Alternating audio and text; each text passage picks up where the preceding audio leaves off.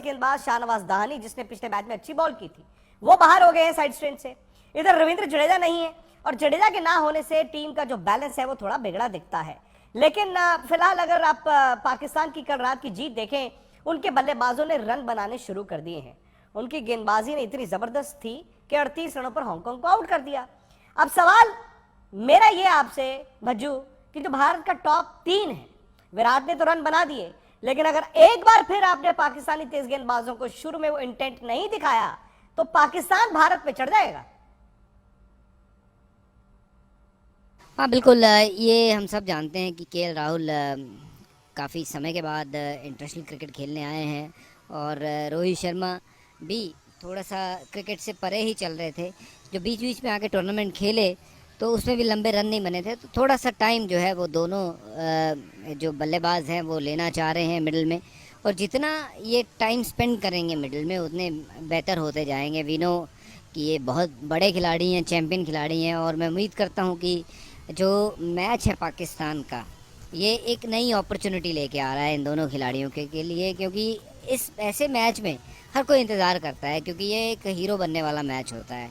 India के point of view से भी, पाकिस्तान के भी पॉइंट ऑफ व्यू से, जो प्लेयर अच्छा करता है वो उसका नाम बहुत बहुत बहुत तेज़ी से आगे बढ़ता है। चाहे वो आप किसी और टीम के साथ परफॉर्मेंस करोगे तो इतना लोग याद नहीं रखते हैं। इसलिए मुझे उम्मीद है कि पाकिस्तान के सामने केएल राहुल, रोहित शर्मा दोनों अपने पुराने अंदाज में नजर आएंगे, ताबड़तोड़ अंदाज में। सनी भाई, समहाउ अगर आप देखें भारत की बल्लेबाजी ने थोड़ी फीकी फीकी दिखी है, दबी दबी दिखी है। वो लास्ट आप 7-8 ओवर निकाल दें हांगकांग के खिलाफ, जहां पर सूर्य कुमार यादव ने उस तरह से बैटिंग की, फिर विराट उस रंग में दिखे, लेकिन पाकिस्तान के गेंदबाज जो हैं आपको विकेट लेने के लिए जाते हैं, और जो टीम रनों के लिए नहीं जाएगी वो विकेट गवाएगी, फिर दिक्कत आ सकती है। 150 वाला मैच नहीं हो सकता दोबारा दोबारा। हाँ बिल्कुल, देखिए अभी सवाल यही उठता है कि क्या आपने एशिया कप को लाइटली लिया, क्योंकि अभी हम पिछले कुछ 3-4 दिनों में जो डिस्कशन चल रहा है, पिछले संडे से जो एक डिस्कशन चल रहा है, वो डिस्कशन कैसा चल रहा है कि ये अभी मैच खेलने शुरू किया, इसलिए रिदम नहीं बन रहा है, ये नहीं बन रहा है, तो आप जिम्बाब्वे क्यों नहीं गए? आपको जाना था। आप अगर एशिया कप को लाइटली लिए कि नहीं कुछ भी नहीं, हम तो ये टूर्नामेंट जीतने वाले हैं, तो ये फिर हालत ऐसी होएगी। देखिए क्रिकेट या कोई भी स्पोर्ट, टेनिस लो, बैडमिंटन लो, जो भी स्पोर्ट हो, वो रिदम जो बनता है ना, वो रिदम एक बार टूट गया, एक थोड़ी सी गैप आती है, तो वो रिदम वापस आने के लिए टाइम लगता है। तो अगर आप सोचते कि पहले 3-4 मैचेस है उससे हमारी सब रिदम ठीक आ जाएगा और फिर फाइनल के लिए हम ठीक होंगे, तो ठीक है। पर जो अभी हमें चिंता काहे की है, हमारी चिंता है कि हमारे ऊपर के 1, 2, 3 के बल्लेबाज एकदम फ्री नहीं खेल रहे, एकदम मतलब दबाव के दबे, आप जैसे कह रहे हैं दबे दबे खेल रहे हैं। ये क्यों हो रहा है? क्योंकि उन्होंने इसके पहले समय क्रीज पर समय बिताया नहीं था। और वो क्यों नहीं बिताया था? क्योंकि वो 1 महीने के बाद क्रिकेट खेलने आए हैं। तो यही होता है भाई, ये क्रिकेट का जो खेल है ना, उससे आप लाइटली कभी मत ले। कोई भी स्पोर्ट लाइटली लेंगे तो यही होगा। नहीं सनी भाई, वो तो है ही है ना कि आप कभी भी सोच लें कि मेन स्विच को ऑफ कर दूं और कभी भी ऑन कर दूंगा, वो होता भी नहीं है। गाड़ियों में भी तो स्टॉप स्टार्ट है, कहते हैं जी वो पेट्रोल बचाती है, वो पेट्रोल बचाती नहीं है, वो तो बल्कि ज्यादा पेट्रोल लगता है। लेकिन विक्रांत जी, आपको अपने जॉब में से कितना टाइम ऑफ मिलता है? बहुत कम। 365 डेज में से आपको कितना टाइम ऑफ मिलता है? बहुत कम। बस। क्योंकि मुझे हर रोज आना है, मुझे मैच नहीं छोड़ना है, मुझे काम नहीं छोड़ना है। बिल्कुल, जहाँ पे काम की चिंता ना हो, आगे जाकर हमें वही काम मिलने वाला है, तो फिर ऐसा ही होता रहता है। अच्छा, इस मैच को आप सनी भाई कैसे देखते हैं? क्योंकि पिछले हफ्ते भारत ने गेंदबाजी ठीक की, वो बाद में 3-4 ओवर में चलो रन हो गए, फिर भी मेरा मानना है 147 पाकिस्तान, मतलब आपको दिक्कत नहीं आनी चाहिए थी, फिर पाकिस्तान ने आके फंसाया। लेकिन आज उस हफ्ते का, मतलब पिछले संडे का रिजल्ट कितना बड़ा फैक्टर होगा कल जब दोनों टीमें आमने सामने होंगी? फैक्टर तो होता ही है, क्योंकि जो भी टीम जीतती है उनका तो हौसला बहुत ज्यादा होता है। जो टीम हारी है उनमें एक जैसे कि एक इंसेंटिव बनता है उनको कि आगे जाकर ये जो कल पिछले मैच जो हारे उसका बदला लेना है, रिजल्ट उलटना है, पलटा करना है। तो ये एक बिल्कुल बनता है। तो पर दबाव ज्यादा होगा पाकिस्तान पर, क्योंकि वो हारे हैं जी। और वो जानते हैं कि अगर इंडिया के खिलाफ और एक बार हारेंगे तो फिर अफगानिस्तान के खिलाफ भी उनको ठीक तरह से खेलना होगा। अब ये मैच जो जीतेंगी उनकी फाइनल में एंट्री पक्की कह सकते हैं आप। तो इसलिए ये जो मैच है वो बड़ी अहम मैच है। और कितनी दिलचस्प बात है कि यहाँ पर भारत का टॉप 3, भारत की ताकत, पाकिस्तान का टॉप 3, उनकी ताकत ना रन उनसे बने ना इनसे बने, और शायद भारत की अब ताकत बन गई है आपके 4, 5, 6। लेकिन सैनी भाई, रविंद्र जडेजा ना सिर्फ एशिया कप से बाहर हो गए, बल्कि खबर आई है कि उनको शायद सर्जरी करानी पड़ेगी। और हो सकता है, हो क्या सकता है, अगर सर्जरी कराएंगे तो रविंद्र जडेजा अगले महीने आपको वर्ल्ड कप में भी नहीं दिखेंगे। हरभजन सिंह, आप दुबई में हैं, आप दुबई में हैं, और मुझे याद है पिछले हफ्ते जब ऋषभ पंत को ड्रॉप किया गया था, दिनेश कार्तिक को खिलाया गया था, आपने कहा था सही फैसला है, क्योंकि जडेजा 4 नंबर पर बैटिंग कर रहे थे। पाकिस्तान के पास लेफ्ट आर्म स्पिनर था, एक राइट आर्म लेग स्पिनर था, आपने कहा 4 नंबर पर बैटिंग हो गई।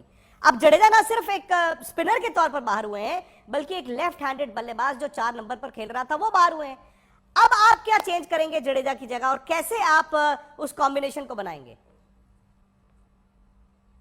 देखिए, मैं कहता हूँ कि भूल जाइए कि वो लेफ्ट हैंडर हैं। वो एक चैंपियन खिलाड़ी हैं और तीनों काम करते हैं, बॉलिंग करते हैं, बैटिंग करते हैं और फील्डिंग तो हम सब जानते हैं किस कदर की वो फील्डिंग करते हैं। तो पिछले कुछ सालों में उनका रोल जो है भारतीय क्रिकेट टीम के लिए बहुत बड़ा रोल रहा है, बहुत अहम रोल रहा है। पिछला ही मैच अगर हम खोल के देख लें पाकिस्तान के सामने, वो जो उनकी पारी थी, चाहे वो उनको आगे भेजा गया, उसके चलते हुए ऊपर से विकेट गए, और उनका जो नॉर्मल रवैया था, अटैकिंग रवैया नहीं उन्होंने अपनाया, गेम को आगे लेके गए। हार्दिक पांड्या के साथ वो जीत वाली पार्टनरशिप उन्होंने वहाँ पे लगाई। देखिए, रविंद्र जडेजा का जिस लिहाज से कद काठ बड़ा है पिछले कई सालों से, उसको ज़रूर भारतीय टीम मिस करेगी इस मैच में। बट मैं उम्मीद करता हूँ कि जो बाकी के खिलाड़ी हैं वो खरे उतरे ताकि ये मैच भारत जीते। मिस करेंगे वो सही बात है, लेकिन सनी भाई अब आप 11 में क्या करेंगे? क्योंकि जो वहां से खबरें आ रही हैं, हालांकि अब से तकरीबन 20 मिनट के बाद प्रेस कॉन्फ्रेंस होगी, भारत के कप्तान या कोई और सीनियर खिलाड़ी आएगा, शायद आपको एक इंडिकेशन मिलेगा। लेकिन अब आप क्या करेंगे? क्या ऋषभ पंत फॉर दिनेश कार्तिक और एक और स्पिनर फॉर जडेजा? मैं सोचूंगा कि अक्षर पटेल जो उनके रिप्लेसमेंट है, लाइक फॉर लाइक रिप्लेसमेंट है, उनको मौका दिया जाए। क्योंकि देखिए, 1-1.5 महीने पहले जब हम वेस्ट इंडीज में खेले थे तो वहां पे उन्होंने इतनी अच्छी बल्लेबाजी की थी, जब उस वक्त मुझे लगता है कि कुछ 2-3 विकेट हाथ में थी और 70 या 80 रन बनाने थे, तो उन्होंने इतनी बेहतरीन बल्लेबाजी करके भारतीय टीम को जीत दिला दी। तो उनके पास भी वो काबिलियत है बड़े शॉट्स खेलने की। उनकी बैटिंग पिछले 1-1.5 साल में इतनी इम्प्रूव हो गई है कि वो ऊपर, मतलब गुजरात के लिए वो एकदम ऊपर नंबर 4 पर भी खेल सकते हैं, और भारत के लिए भी वो एक ऑप्शन बनता है। वो लेफ्ट हैंडर है, वो जो स्पिनर आएंगे पाकिस्तान के, लेग स्पिनर और लेफ्ट हैंड स्पिनर, उनका अगर सामना करना है तो उनको आप दे सकते हैं। और बॉलिंग में भी ऑप्शन बनता है। हाँ, मुझे पता है कि जडेजा ने पाकिस्तान के खिलाफ सिर्फ 2 ही ओवर किए थे, अक्षर पटेल भी शायद 2 ही ओवर करेंगे, पर जो कप्तान को वो ऑप्शन मिलता है कि मानो कि एक गेंदबाज का खराब दिन जा रहा है, तुम्हारे रेगुलर गेंदबाजों में से एक का खराब दिन जा रहा है, बड़ी मार पड़ रही है, तो अक्षर पटेल उनकी 2-3 ओवर कर सकते हैं ना। तो ये एक ऑप्शन मुझे लगता है कि आप उसे लीजिए। एक बंदा जो अच्छे फॉर्म में है, एक बंदा जो अच्छी बल्लेबाजी कर रहा है, बैटिंग बॉलिंग फील्डिंग भी अच्छी है, उनको कंसिडर कीजिए। तो लाइक फॉर लाइक कह रहे हैं सनी भाई, लेकिन अब हरभजन थोड़ी सी दिक्कत आ रही है स्पिनर्स की। हालांकि ये विकेटें बड़ी अजीब सी हैं, गांठ वाली शायद घास है, गेंद बल्ले पर तेज गेंदबाज ज्यादा वहां पर इफेक्टिव है। लेकिन अगर आप Pakistani spinners versus Indian spinners रखें, भारतीय स्पिनर्स को विकेटें नहीं मिली हैं, क्या ये एबेरेशन है? क्योंकि यूजी चहल आपके सबसे बड़े मैच विनर हैं, फिलहाल विकेटें नहीं है उनकी भी।